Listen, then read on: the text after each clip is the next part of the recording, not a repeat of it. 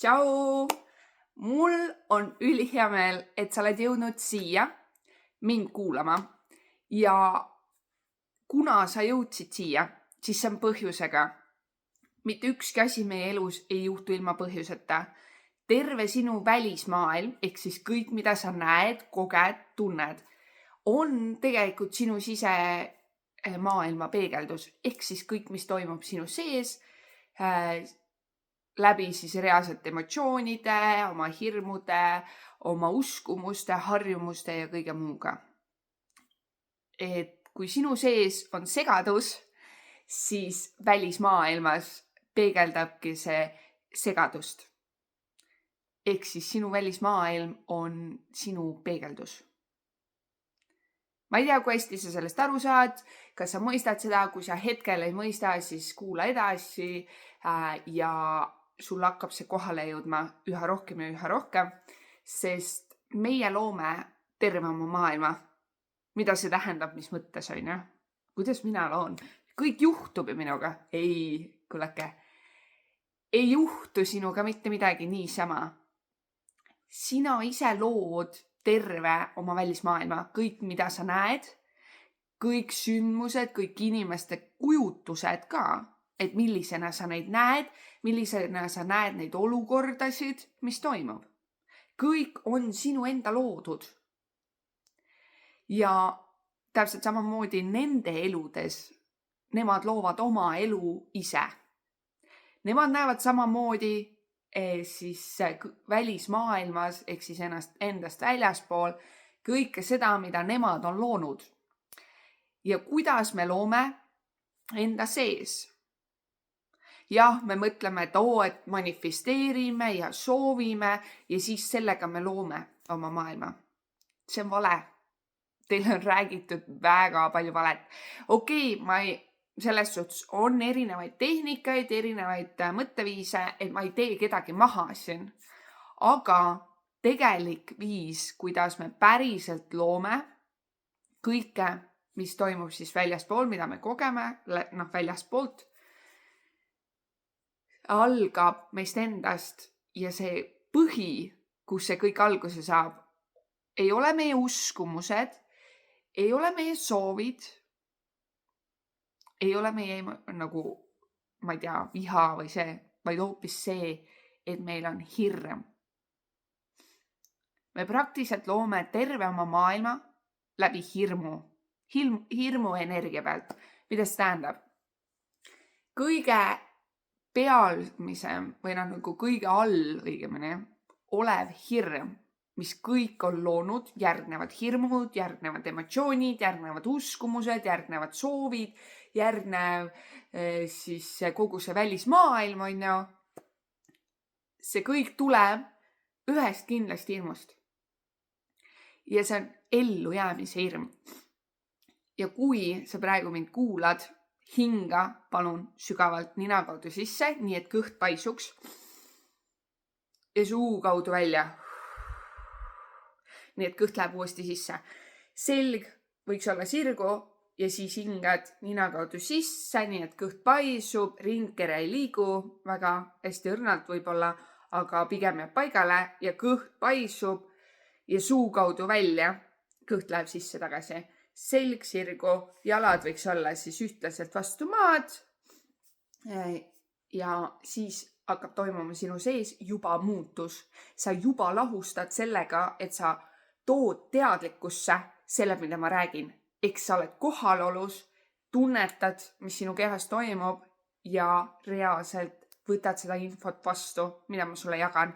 Nii et selle koha pealt ükskõik, mida sa kuulad minu siis videotest, voice'idest, mida iganes sa vaatad minu puhul, kokku puutud, palun tee sügavat hingamist, sest juba see toimib.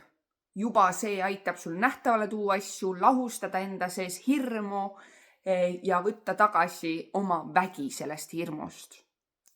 Ja tulles nüüd tagasi, sina hinga on ja, mina hingan ka, aga kuna ma räägin, siis natuke keerulisem on ja, aga ikka hingan.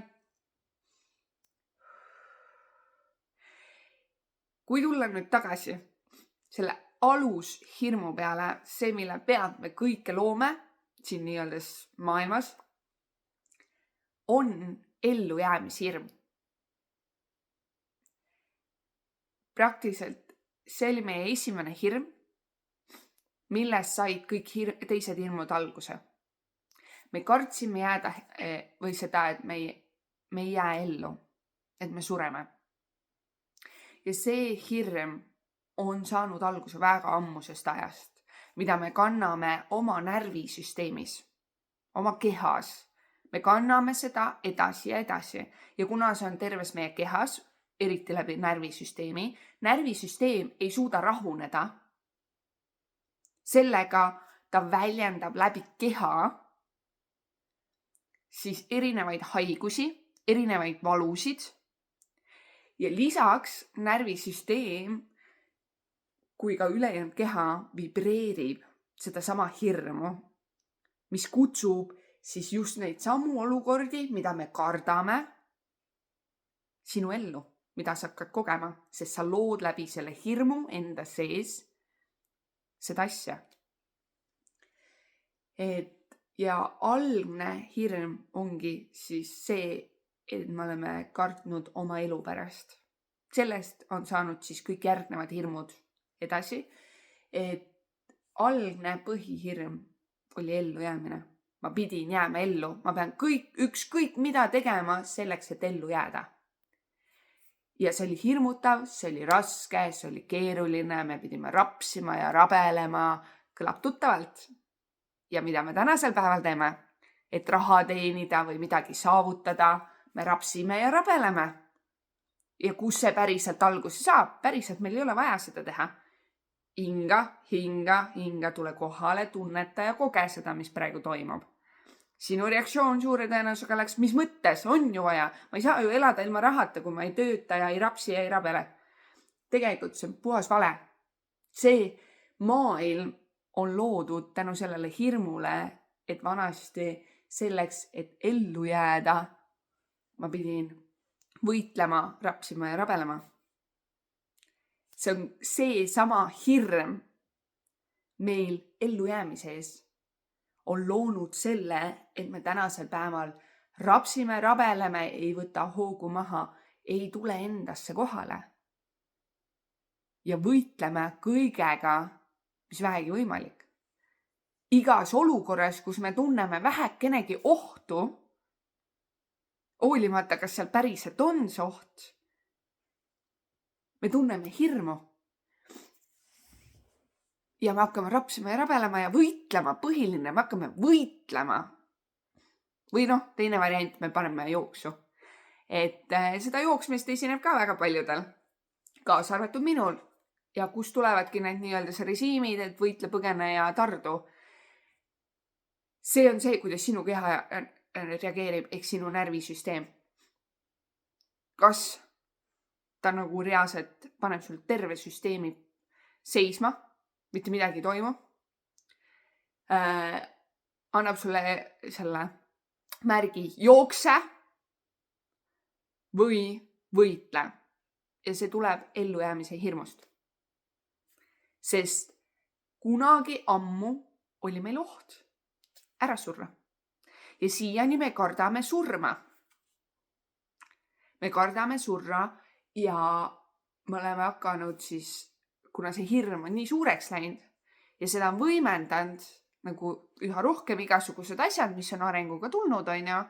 Et näiteks ma kardan olla nähtav, ma kardan olla mina ise, sellepärast et vanasti need, kes olid nähtavad ja ei sobinud või olid siuksed ainulaadsed või erinevad, võtasid näiteks nõiad või mis iganes seal nagu minevikus siis toimus, on ju. Nad tapeti. Kui sa erinesid, sa surid. Kui sa tegid midagi teistmoodi, siis sa surid. Järjekordselt, kus me jõudsime ellujäämishirm. Ja absoluutselt, ja sellega siis me hakkasime ju kartma seda, et olla nähtav ja autentne. Lõpetasime olemast nähtav ja autentne.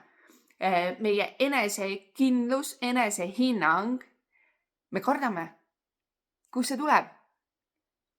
meil ei ole seda, sellepärast et me kardame kriitikat, me kardame olla ainulaadsed, me kardame öelda ei, me kardame teha asju teistmoodi, sellepärast et kunagi ammu ma pidin võitlema oma elu eest. Ja tänasel päeval, kuna see hirm on meie närvisüsteemis ikka olemas, sest me ei ole sellega tegelenud, me ei ole seda nähtavale toonud ja me ei ole seda nagu enda sees läbi kogenud. Vabandust. Ja läbi selle me loome oma ellu veel ja veel ja veel igasuguseid olukordi.